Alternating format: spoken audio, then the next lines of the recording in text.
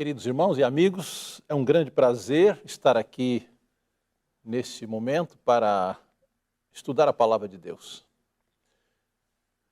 Eu gostaria, antes de apresentar esse assunto, focalizar dois problemas teológicos que nós enfrentamos no mundo religioso. Por exemplo, no mundo protestante, as pessoas têm a ideia de que no Velho Testamento as pessoas eram salvas pelas obras, e no Novo Testamento são salvas pela graça. Não existe tal coisa. Quer dizer, tanto no Velho Testamento como no Novo, todas as pessoas eram salvas unicamente pela misericórdia de Deus, pela graça. Agora, uma outra ideia que também é equivocada hoje, as pessoas pensam assim, que a Bíblia apresenta dois grupos de salvos, né? Em Apocalipse capítulo 7 fala de um grupo chamado 144 mil e o outro grupo chamado grande multidão. As pessoas dizem assim, bem, eu acho que eu sendo salvo na grande multidão tá bom. Alguém tem a ideia que ser salvo nos 144 mil, nos assinalados, é mais difícil. Não existe tal coisa. Tanto a grande multidão como os 144 mil são salvos pela graça de Cristo. A única diferença é que os 144 mil têm mais luz e também recebem graça correspondente a essa luz. Então, nessa manhã, com a graça de Deus, vamos estudar esse assunto do Evangelho e o selamento.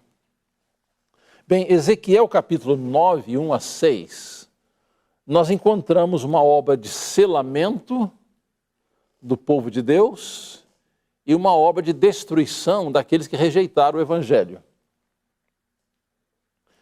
Em Apocalipse 7, o profeta João ele viu um anjo vindo do Oriente com o selo do Deus vivo, cuja obra resulta no assinalamento. No capítulo 14 do mesmo livro de Apocalipse, esse grupo está com Jesus no Monte Sião. E no capítulo 15, o mesmo grupo, vencedores da besta, da sua imagem, do número do seu nome, acha-se em pé junto ao mar de vidro, entoando o cântico de vitória. Agora vem a pergunta, o que é o selo de Deus? Aqui diz assim, logo que o povo de Deus estiver selado na fronte. Não é algum selo ou marca que pode ser visto, mas a consolidação da verdade, tanto intelectual como espiritualmente, de modo que não possam ser abalados. Logo que o povo de Deus estiver selado e preparado para a sacudidura, ela virá. Bem, só para os irmãos terem uma ideia, vocês já viram aqueles que viajaram pelo interior? A gente passa por fazendas e o gado tem uma marca. Os fazendeiros marcam o gado. Já viram isso, né? Para que aquela marca? É para dizer a quem pertence aquele gado. Então o gado tem marcas diferentes, dependendo do proprietário. Então a Bíblia usa essa expressão selar para aqueles que pertencem, se dedicaram a Deus. Bem, quais são as condições para alguém ser selado? Porque, voltando um pouquinho em Ezequiel 9 aparece um grupo que é selado com a marca e outro grupo que é destruído. Agora, qual é a condição para ser selado? Você se lembra daquele convite de Jesus que diz assim, vinde a mim, todos que estáis cansados e oprimidos, e eu vos aliviarei. Aprendei de mim, disse Jesus, que eu sou manso e humilde de coração, e encontrareis descanso para as vossas almas. Então, aqui fala que uma das condições para ser selado é humildade. Queridos amigos, nós precisamos humildemente reconhecer a nossa condição. Nós não somos bons. Então, para que Deus nos salve, nós precisamos reconhecer que estamos perdidos. Disse Jesus, ele não veio chamar justos, veio chamar pessoas pecadoras. Então a salvação é oferecida a todo tipo de pessoa. Não é apenas para um grupo separado. Deus oferece a sua salvação para todos. E ele diz, vinde a mim, todos que estão cansados e oprimidos, e eu vos aliviarei. Então não há nada tão essencial à comunhão com Deus que a mais profunda humildade. Agora, um detalhe importante é que nós não podemos ser humildes por nós mesmos. Jesus falou assim, vinde a mim, aprendei de mim, que sou manso e humilde de coração. Então a própria humildade é um dom de Deus. Precisais aprender na escola de Cristo, ou jamais estareis qualificados para entrar na classe imediata, a saber, receber o selo Deus vivo, passar pelos portões da cidade de Deus e ser coroados com glória e imortalidade. Outro detalhe importante aqui diz assim, ninguém a não ser Deus pode subjugar o orgulho humano. Não nos podemos salvar a nós mesmos. Não nos podemos regenerar. Nas cortes celestiais não se entoará o cântico, a mim que me amei a mim mesmo, a mim que me lavei a mim mesmo e me redimi, a mim seja glória, honra, bênção e louvor. Mas essa é a nota predominante do cântico entoado por muitos aqui embaixo. Então, aqui diz que só Deus pode subjugar o nosso orgulho. Normalmente, cada um de nós tem um tipo de orgulho, né? Às vezes alguém se orgulha da casa ou do carro, ou se orgulha de um título universitário, um doutor, né? Eu me lembro que quando nós estávamos na universidade, alguém falou assim, conseguir um DR na frente do nome não é fácil, né? Então, alguém, quando ele consegue o DR na frente do nome, ele se orgulha. Então, cada um tem um tipo de orgulho diferente. Mas aqui diz que só Deus pode subjugar o orgulho humano. E aqui tem a pergunta, o que é justificação pela fé? Para aqueles amigos que não conhecem essa expressão, para nós sermos salvos, precisamos ser justificados. Ser justificado é ser declarado inocente. Mas como que nós, pecadores, podemos ser declarados inocentes?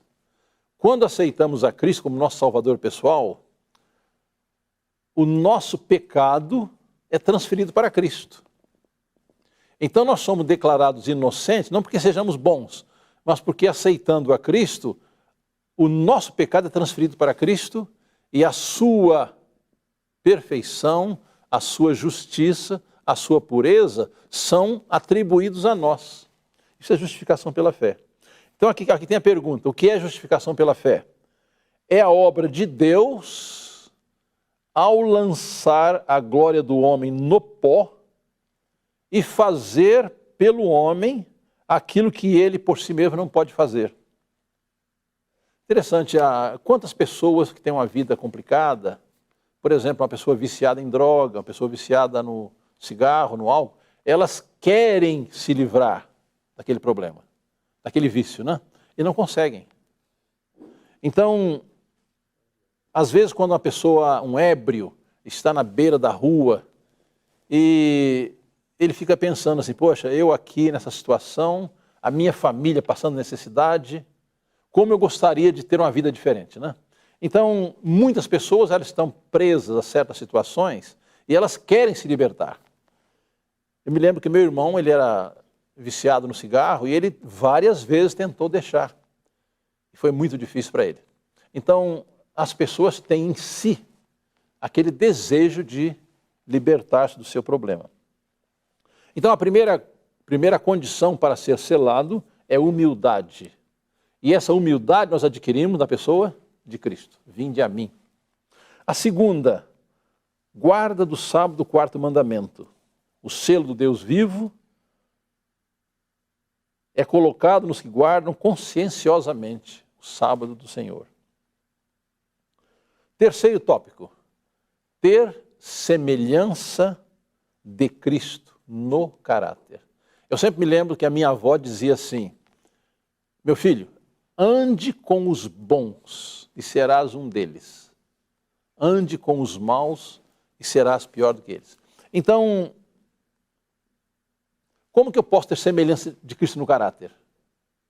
Andando com Cristo, vivendo com Cristo, estudando a sua palavra. Os que hão de receber o selo de Deus vivo e ser protegidos no tempo de angústia, devem refletir completamente a imagem de Jesus. Então, como adquirimos a semelhança com Cristo? Andando com Ele. Às vezes, imperceptivelmente, nós fazemos amizade com alguém e, imperceptivelmente, a gente começa a assimilar o comportamento daquela pessoa, quase que inconscientemente. Então, quando nós andamos com Jesus, nós assimilamos o seu caráter. Aqui tem uma pergunta: será este selo colocado sobre o que tem mente impura, o profano, o adúltero, o homem que cobiça a mulher do próximo? Responda a vossa alma a pergunta: corresponde meu caráter às qualificações essenciais para que eu possa receber um passaporte para as mansões que Cristo foi preparar? A santidade deve estar gravada em nosso caráter. Bem, para quem não conhece essa expressão santidade, o que quer dizer a palavra santo? Santo não quer dizer que a pessoa é perfeita. Santo é uma pessoa que se dedicou a Deus. A palavra santo, ela quer dizer separada para um fim santo, né? Então, o santo é aquele que se dedicou a Deus. Por exemplo, aqui há pouco foi falado aqui de uma oferta especial. Então, quando nós dedicamos uma oferta para Deus, aquela oferta é santa, porque foi dedicada para Deus. Então, a palavra santo, ela tem de estar em nosso caráter. Quer dizer, uma pessoa totalmente dedicada a Deus. É claro que ela dedicada a Deus, o seu caráter é transformado à semelhança de Cristo, né? Bem, outro tópico importante: quando o povo de Deus será selado? Bem, irmãos, a obra do selamento, ela começou com a apresentação das 3 mensagens de Apocalipse 14. E diz a inspiração: Satanás está agora usando cada artifício nesse tempo de selamento para desviar a mente do povo de Deus da verdade e levá-los a vacilar. Então, a obra de selamento começou, isso aqui foi escrito em 1851, há 150 anos atrás, mais de 150 anos atrás. Bem, Deus sela pessoas individualmente e sela também o povo de Deus. Por exemplo, em 1850, uma senhora faleceu. Aquela senhora se chamava Hastings. E Ellen White disse: vi que ela estava selada e a voz de Deus ressurgiria e se ergueria sobre a terra, estaria com 144 mil. Vi que não precisamos chorar sobre ela, ela repousaria durante o tempo de angústia. Então aqui a Bíblia fala de selamento de pessoas individualmente. A realidade, irmãos, é que quando uma pessoa descansa, vai para a sepultura, o caso dela está determinado, ou para a salvação ou para a perdição. As pessoas que morrem no Senhor estão seladas para a eternidade. Agora vamos a como preencher as condições de selamento. Primeiro, arrependimento e confissão. A palavra arrependimento quer dizer, quando nós fazemos alguma coisa errada, quando fazemos um negócio mal feito e tomamos prejuízo, não é? Qual é a nossa reação? Agora, tem 2 tipos de arrependimento. Tem o arrependimento por causa das consequências ou arrependimento por causa da ação. Então, arrependimento, falando de pecado, arrependimento é tristeza pelo pecado. Por exemplo, um casal o cônjuge, o marido ofendeu a mulher, ou vice-versa. O que é arrependimento? É tristeza por ter feito aquilo. Isso é arrependimento.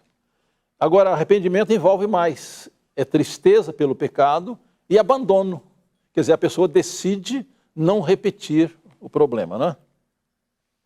Em Provérbio diz assim: o que encobre as suas transgressões jamais prosperará, mas o que as confessa e deixa alcançará misericórdia.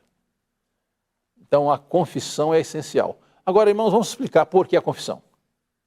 Eu não estou falando aqui de confissão para homens, para as pessoas, não.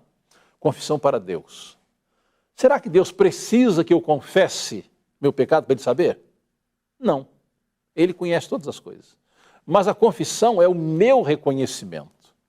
E quando eu confesso meus pecados, esses pecados são transferidos para Cristo. Então a confissão é essencial. E 1 João 1,9 temos uma promessa muito bonita. Se confessarmos nossos pecados, Ele é fiel e justo para nos perdoar os pecados e nos purificar de toda injustiça. Então, quando nós confessamos nossos pecados a Cristo, Ele faz duas coisas. Ele perdoa e purifica. Vem à mente o caso daquela mulher que foi apanhada em adultério, né? Ela foi levada a Cristo e os fariseus queriam apedrejá-la. O que é que Jesus falou com ela? Nem eu te condeno. Primeira parte, ela foi perdoada. Segunda parte, vai e não peques mais. Então, quando nós vamos a Cristo e confessamos nossos pecados, Ele nos perdoa e nos transforma. Ele diz: eu não te condeno. Agora vai e não repita isso mais. Agora, interessante que a ordem de Cristo é uma promessa.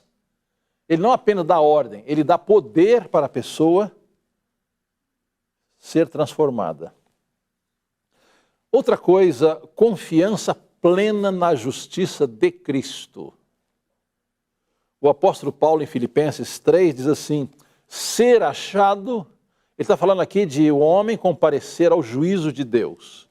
Ele diz assim: ser achado nele, não tendo justiça própria, que procede da lei, senão a que é mediante a fé em Cristo.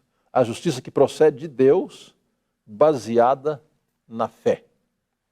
Então, esse tópico aqui fala de confiança em Cristo. Irmãos, quero trazer a atenção de vocês, uma vez quando um jovem chegou-se para Cristo e falou assim: bom mestre, que devo fazer para herdar a vida eterna? Jesus falou assim: por que me chamas bom? Não há bom senão que é Deus. Então, todo ser humano é imperfeito, tem problemas de caráter. Agora, eu gostaria de chamar a atenção de vocês para Zacarias capítulo 3. Essa profecia aqui é muito bonita e tem um significado muito profundo.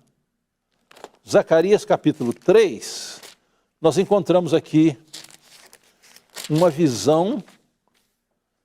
O sumo sacerdote Josué, que era representante do povo de Deus depois do exílio babilônico, diz que Deus me mostrou o sumo sacerdote Josué, o qual estava diante do anjo do Senhor.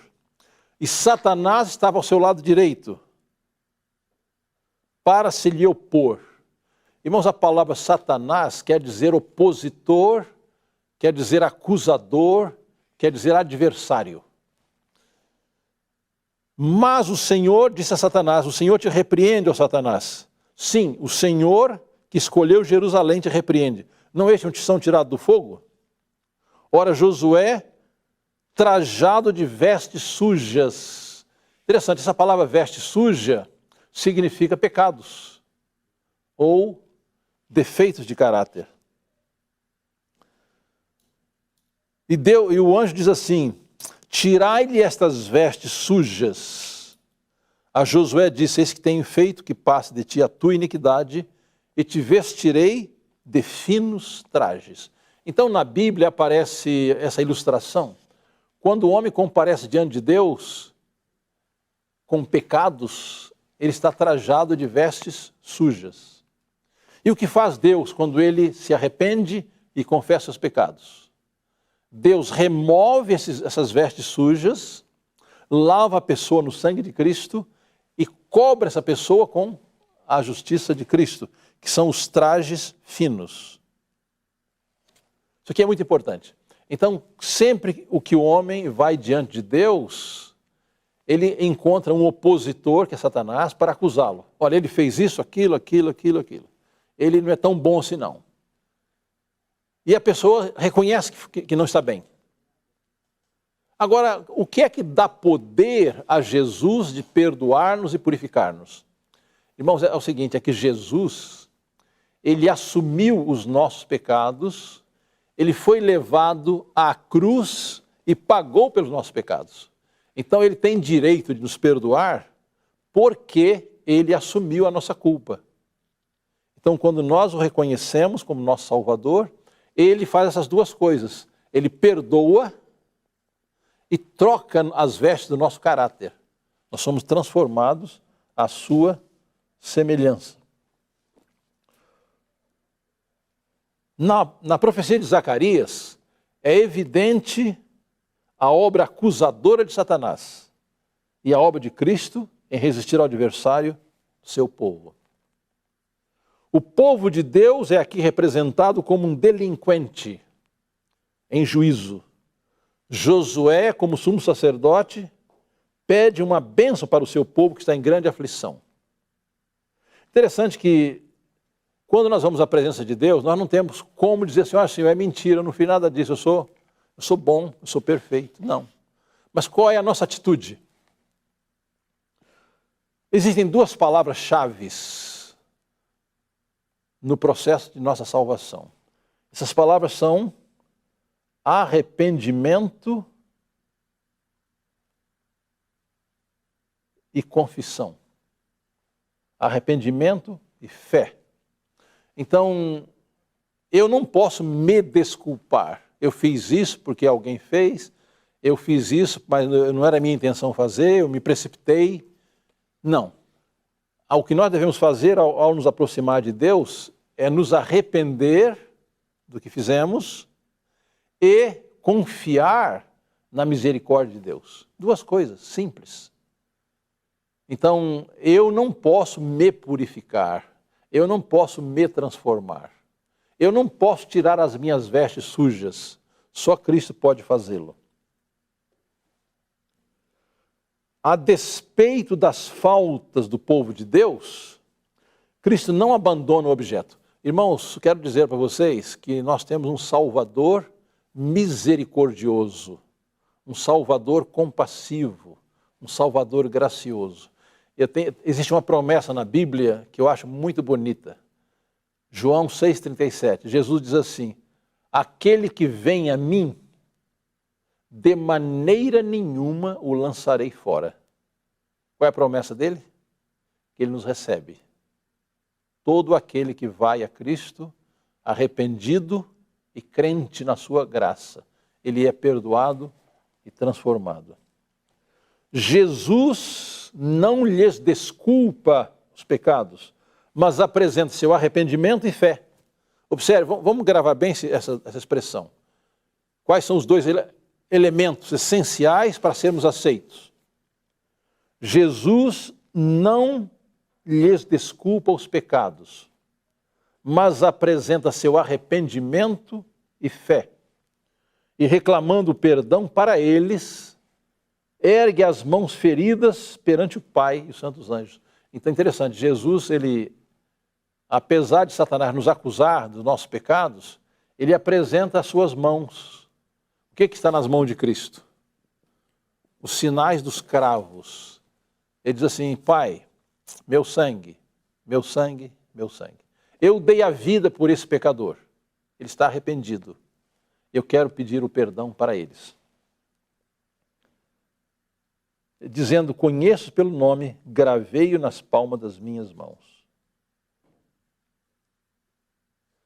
É vosso privilégio confiar no amor de Jesus para a salvação. Aqui aparece uma outra palavra-chave, né? O que quer dizer a palavra fé? Fé, ela quer dizer confiança e lealdade. Agora, para eu ter fé, o que é que eu preciso fazer antes? Por exemplo, nós viajamos muito por aí, né? Encontramos uma pessoa estranha no aeroporto ou na rodoviária. Confiamos naquela pessoa a primeira vez que vemos? Não. Por que não? Porque não conhecemos. Agora, quando nós começamos a conversar, trocar ideias, a pessoa conta quem ela é, de onde ela veio, o que ela faz, e nós contamos quem somos nós, de onde viemos, o que fazemos, começamos a adquirir aquela confiança, quer dizer, fé. Irmãos, muitas vezes eu estou no aeroporto, sozinho, com a minha bagagem, preciso ir ao banheiro, mas com quem deixar a bagagem? Eu não sei, não conheço a pessoa, né? Mas com um pouquinho de conversa que a gente tem com a pessoa, a gente vê que a pessoa é honesta. Aí a gente pede, por favor, tome conta aqui para mim que eu vou ao banheiro. Por quê? Porque já conhecemos. Como podemos ter fé em Deus? Como podemos ter fé em Jesus? Conhecendo. Como conhecemos a Jesus? Estudando a sua palavra. Então, fé é confiança e lealdade. E aqui diz que é nosso privilégio confiar no amor de Jesus para a salvação. Outro detalhe, Jesus ama os seus filhos, mesmo quando eles erram. Então, se nós vamos a Jesus e cometemos um erro, Jesus nos abandona? Não. Jesus ama seus filhos, mesmo quando eles erram. Vamos ilustrar aqui com os pais. Quando o filho comete um erro, mesmo quando eles precisam de receber alguma repreensão, os pais odeiam os filhos porque eles erram? Não. Então, Deus também não nos abandona por causa dos nossos erros. Pertencem a Jesus e devemos tratá-los como uma aquisição do seu sangue. Jesus é perfeito. A justiça de Cristo lhes é imputada. Quer dizer essa palavra imputada? Imputada quer dizer atribuída. A palavra imputada quer dizer colocada na conta de alguém. Então, nós em nós mesmos somos maus por natureza. Mas quando vamos a Cristo, a perfeição de Cristo é colocada na nossa conta. E ele dirá, tirai-lhe as vestes sujas e vestiu de trajes novos. Jesus compensa nossas deficiências inevitáveis. Onde os cristãos são fiéis um ao outro, sinceros e leais ao comandante do exército do Senhor, nunca entregando por traição encargos nas mãos do inimigo, eles serão transformados no caráter de Cristo. Jesus permanecerá em seu coração pela fé. Bem, sempre que nós queremos visitar um outro país, nós necessitamos de um documento. Qual é esse documento? O passaporte. E o que é o passaporte no aspecto religioso? Observem esse detalhe importante. Os rabis consideravam sua justiça como um passaporte para o céu. Mas Jesus declarou-a insuficiente e indigna. Bem, qual é o passaporte que não vale perante Deus? As cerimônias exteriores e um teórico conhecimento da verdade constituíam a justiça farisaica. Os rabis pretendiam ser santos por meio de seus próprios esforços em guardar a lei, mas suas obras haviam divorciado da justiça da religião. Conquanto fossem extremamente escrupulosos nas observâncias rituais, sua vida era imoral e falsificada. Bem, aqui é um problema. Há pessoas que são más, perversas e cruéis, mas elas aparentam bondade. Elas têm uma aparência de religiosos. Então Deus não aceita isso, isso se chama hipocrisia. Agora, o que é o passaporte real? A justiça ensinada por Cristo é conformidade de coração e de vida com a revelada vontade de Deus. E como podemos adquirir isso? Irmãos, eu acho esse texto aqui muito fundamental.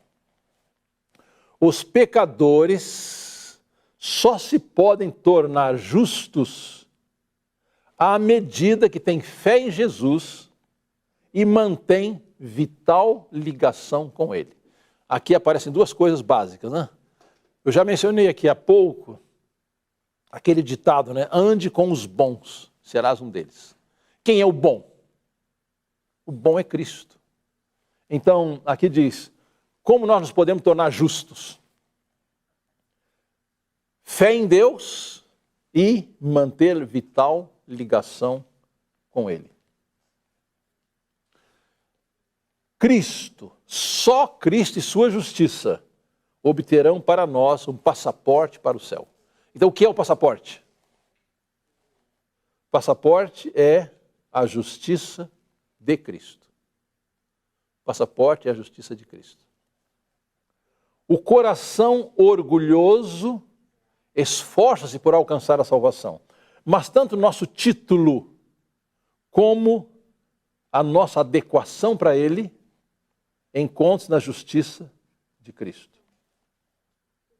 Bem, então Zacarias 3 apresenta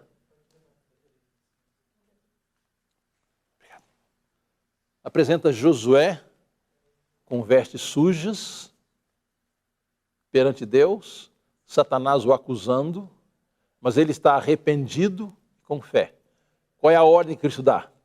Removei-lhe as vestes sujas e cobriu com as vestes finas.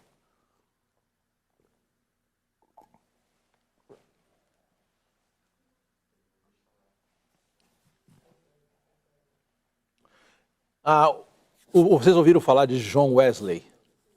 John Wesley, quando era garoto, 6 anos de idade, a sua casa pegou fogo. Ele tinha 11 irmãos e conseguiram tirar os seus irmãos e toda a família. Mas John Wesley ficou preso na casa incendiada. E os pais, aflitos, desesperados, como salvar o filho, até que um vizinho teve uma ideia. Um subiu no ombro do outro e conseguiu tirar Wesley daquela casa em fogo.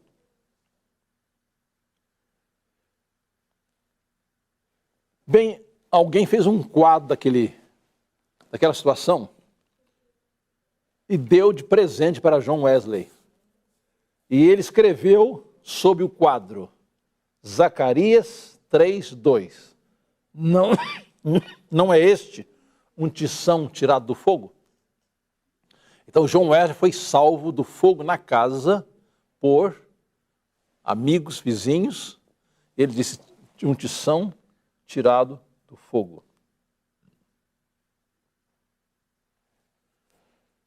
Bem, Satanás é o adversário de Deus do seu povo. A missão de Satanás é se opor, é acusar e condenar.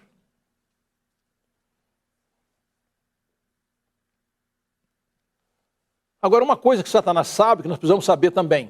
O que é que Satanás sabe?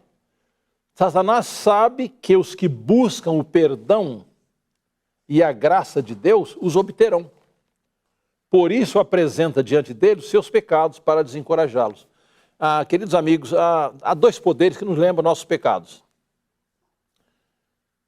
Satanás, ele nos acusa mesmo de pecados que já foram confessados e abandonados. Com que propósito? Para nos desanimar, nos desesperar. O Espírito Santo também nos lembra os pecados. Mas existe uma diferença aqui. Ele nos lembra pecados não confessados, para que nós os confessemos e abandonemos. O homem não pode, em sua própria força, enfrentar as acusações do inimigo. Com suas vestes manchadas de pecado, e em confissão de culpa está perante Deus. Mas Jesus, nosso advogado, apresenta uma eficaz alegação em favor de todo aquele que, pelo arrependimento e fé, confiou a guarda de sua alma. Observe aqui. Ele defende a sua causa e mediante os poderosos argumentos do Calvário. Quais são os argumentos do Calvário? Jesus tomou o nosso lugar, sofreu pelos nossos pecados. É isso que ele apresenta. Ele fala assim, de fato, essa pessoa pecou, mas eu tomei o seu lugar, morri no seu lugar, paguei pelos seus pecados. Eu posso perdoá-la. Ele defende sua causa e, mediante os poderosos argumentos do Calvário, derrota o acusador. Sua perfeita obediência à lei de Deus deu-lhe poder no céu e na terra, e ele reclama de seu Pai misericórdia e reconciliação para o homem culpado. Percebam, irmãos, salvação não é complicada. Para sermos salvos, precisamos reconhecer a nossa condição, irmos a Jesus, confessar os pecados, crer no seu amor, na sua misericórdia, e ele nos perdoa e purifica. Agora, essa visão de Zacarias 3, ela tem uma aplicação especial para o povo de Deus hoje. A igreja remanescente será levada então a grande prova e angústia. Os que guardam os mandamentos de Deus e a fé de Jesus experimentarão a ira do dragão e suas legiões. Satanás considera o mundo como seu súdito, ele tem de fato alcançado o controle de muitos cristãos professos. Mas aqui está um pequeno grupo que tem resistido à sua supremacia. Bem, irmãos, então, podemos dizer que somos perfeitos? Não. Somos pecadores, defeituosos, deficientes, limitados. Mas, conquanto os seguidores de Cristo tenham pecado, eles não se entregaram ao controle das forças satânicas. Aqui está um problema, né? Arrependeram-se de seus pecados e procuraram o Senhor em humildade e contrição. E o advogado divino pleiteia por eles. Bem, eu quero concluir com algumas afirmações inspiradas. Devemos entregar o nosso coração a Deus, para que nos renove e santifique. E nos habilite para a sua corte celestial. Não devemos esperar por alguma ocasião especial, mas entregar-nos a Ele hoje, recusando-nos a ser servo do pecado. Imaginais poder abandonar o pecado pouco a pouco? Ó, deixai de vez a coisa maldita. Irmãos, eu já vi muitas pessoas esforçando-se para abandonar o vício do cigarro, por exemplo, né? E ela diz assim, ó, eu fumava 2 maços por dia, agora estou fumando só 1. Eu fumava 20 cigarros por dia, eu agora fumo apenas 5. Isso é abandonar o vício? Não. Como podemos abandonar o vício? Abandonando o vício, de uma vez. Não devemos esperar por ocasião especial. Imaginais poder abandonar o pecado pouco a pouco? Ó, deixai de vez a coisa maldita. Odiai as coisas que Cristo odeia, amai as coisas que Cristo ama. Porventura ele não tomou providências, mediante sua morte e sofrimento, para a vossa purificação do pecado? Então todas as condições foram satisfeitas. Disse Jesus, bem-aventurados os pobres de espírito, porque deles é o reino dos céus. Quer dizer pobre de espírito? Aí no mundo a expressão pobre de espírito quer dizer uma pessoa mente limitada, intelectualmente reduzida. Não, mas não é isso. Esse pobre de espírito que a Bíblia fala é a pessoa que reconhece a sua condição espiritual, a sua pobreza espiritual. Não dê ouvido à sugestão do inimigo de permanecer afastado de Cristo até que se faça melhor. Esse é um perigo. Bem, eu vou melhorar primeiro, para Jesus me aceitar. Não. Jesus nos aceita como estamos. Não des ouvido à sugestão do inimigo de permanecer afastado de Cristo até que se faça melhor, até que você seja bastante bom para ir a Deus. Se esperar até lá, nunca você irá a Ele. Levante-se e vá ter com teu pai. Ele irá ao teu encontro. Aqui aparece aquela ilustração do filho pródigo, né? Quando ele voltou para o seu pai o recebeu com alegria, tirou as suas vestes sujas, cobriu com o manto, e ele foi recebido como filho com todas as honras, né? É Deus quem circuncida o coração.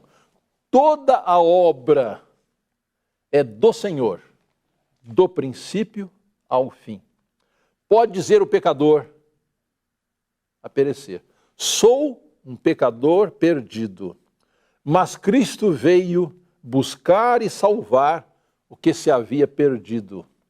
Diz ele: eu não vim chamar justos, mas pecadores. Sou pecador. Ele morreu na cruz do Calvário para me salvar. Nem um momento mais preciso ficar sem me salvar. Ele morreu e ressurgiu para minha justificação e me salvará agora. Então, queridos amigos, a palavra de Deus diz que quando devemos ir a Cristo? Quero concluir com 2 Coríntios 6.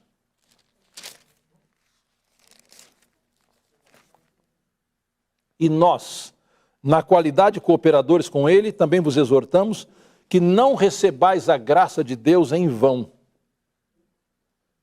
Porque diz: eu te ouvi no tempo da oportunidade e te socorri no dia da salvação. Eis aqui agora o tempo sobremodo aceitável. Eis aqui agora o dia da salvação. Queridos amigos, irmãos, Deus nos recebe, Deus nos perdoa, Deus nos transforma. Eu não sei o meu amanhã, eu sei o meu hoje. Então hoje é o tempo de nos entregarmos a Deus para que Ele nos perdoe e nos purifique. Que essa seja a nossa experiência hoje. Amém. Se de alguma forma essa mensagem tocou o seu coração, compartilhe com seus amigos e familiares. Deixe o seu like, se inscreva no canal para receber todas as mensagens que ajudarão a edificar a sua vida espiritual. Deus te abençoe sempre.